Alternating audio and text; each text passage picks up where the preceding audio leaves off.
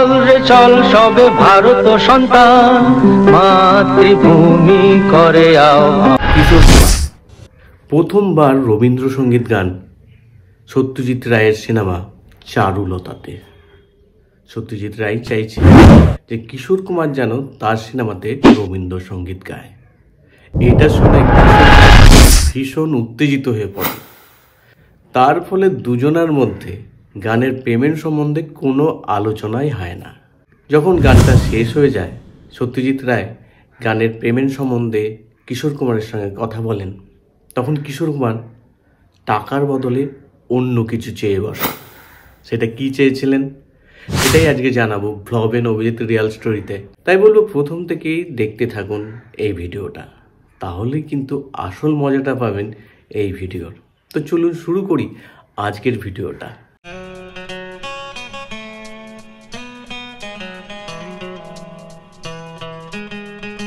1963 সাল বিখ্যাত পরিচালক সত্যজিৎ রায় শুরু করতে চলেছেন চারুলতা সিনেমাটা, যেটা রবীন্দ্রনাথ ঠাকুরের নষ্ট নীর উপন্যাসের উপর তৈরি হচ্ছিল।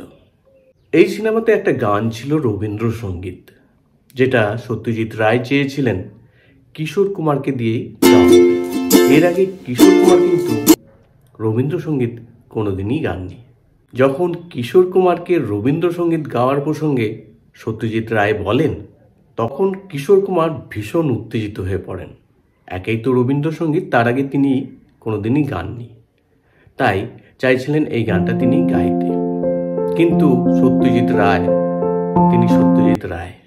তিনি বলেন, এই গানে কিন্তু তোমাদের বোম্বে মিউজিক ইন্ডাস্ট্রির মতো বিভিন্ন মিউজিক কিন্তু থাকবে না।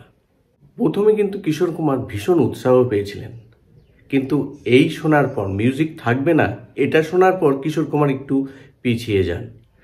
তিনি সত্যজিৎ রায়কে বলেন, মানিক মামা, কলকাতায় কিন্তু অনেক ভালো ভালো রবীন্দ্রসঙ্গীত গাওয়ার গায়ক আছে, তাদেরকে দিয়েই আপনি এই গানটা গাইয়ে নেন।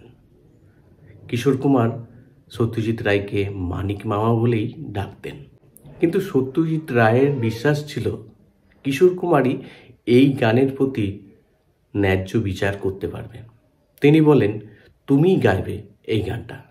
গানের বিষয় নিয়ে সত্যজিৎ রায় আর কিশোর কুমারের মধ্যে বহুদিন ধরে আলোচনা চলে। ফোনে তারা নিয়মিত কথা বলতে থাকেন গান নিয়ে। তারপর একদিন স্থির হয় কিশোর কুমার কলকাতায় এসে রেকর্ডিং করবেন, কারণ সত্যজিৎ রায়ের খুব তাড়াহুড়ো ছিল গানটা নেওয়ার জন্যে। গানটা রেকর্ডিং হলে তিনি শুটিংটা করতে পারবেন। কিন্তু হঠাৎই কিশোর কুমারের একটা চিঠি আসে, তাতে লেখা ছিল গৌরী দেবী মানে কিশোর কুমারের মা ভীষণভাবে অসুস্থ। এই অবস্থায় তিনি কলকাতায় আসতে পারছেন না। মানিক মামা মানে সত্যজিৎ রায় যদি বোম্বেতে আসেন, তাহলে এখানে এসেই রেকর্ডিংটা করে নিতে পারেন। সেই অনুযায়ী সত্যজিৎ রায় বোম্বেতে যান এবং তাড়াহুড়ো করে রেকর্ডিংটা করেন। যেদিন গানটা রেকর্ডিং করা হয় সেদিন কিন্তু কিশোর কুমারের গলার ভয়েস সত্যজিৎ রায়ের ভীষণ পছন্দ। যেহেতু কিশোর কুমারের সঙ্গে পেমেন্ট প্রসঙ্গে কোনো কথাই বলেননি গানের পেমেন্ট নিয়ে, তাই তিনি কলকাতায় ফিরে আসছিলেন, কারণ তিনি কিশোর কুমারকে পেমেন্ট করবেন। এর জন্য তিনি কলকাতায় ফিরে আসছিলেন। কিশোর কুমার সত্যজিৎ রায়কে বলেন, মানিক মামা, আমার গান কি আপনার পছন্দ হয়নি? সত্যজিৎ রায় হেসে বলেন, আমার ভীষণ পছন্দ হয়েছে, তুমি খুব ভালো গেয়েছো কিশোর। তোমার পারিশ্রমিক দেওয়ার জন্যেই আমি কলকাতায় ফিরে যাচ্ছি। কিশোর কুমার তখন মানিক মামাকে বলেন, তিনি পারিশ্রমিক হিসাবে টাকা চান না, অন্য কিছু চান। তখন সত্যজিৎ রায় চিন্তায় পড়ে যান। চিন্তিত মুখ দেখে কিশোর কুমার কিন্তু হেসে ফেলেন। মানিক মামা, আপনাকে লিখে দিতে হবে আমি রবীন্দ্রসঙ্গীত গাইতে পারি, এটা লিখলেই আমার পারিশ্রমিক আমি পেয়ে যাব, তাহলে সকলেই বিশ্বাস করবে আমি রবীন্দ্রসঙ্গীত গাইতে পারি। দুজন এরপরে হাসলেন এবং সত্যজিৎ রায় লিখে দিলেন এই প্রসঙ্গটাই। সেই গানটা ছিল, আমি চিনি গো চিনি তোমারে ও গো বিদেশিনী। আমি চিনি গো চিনি তোমার সাজাপান খেতে নেই বুঝি এছি শারদ প্রাতে তোমার। তিনি ঘরে বাইরে সিনেমাতে তিনটে গান করেন। যার মধ্যে দুটো গানে কোনো মিউজিক ছিল না। গানগুলো ভীষণভাবে জনপ্রিয় হয়েছিল। ধন কাটবে তুমি এমন শক্তিমান, তুমি কি এমনি শক্তিমান। বাংলার মানুষ কিশোর কুমারের এই রবীন্দ্রসঙ্গীতের গলাটা খুব ভালোভাবে নিয়েছিল এবং এই গানগুলো ভীষণভাবে জনপ্রিয় হয়েছিল। নারী নারী কি চায় গো।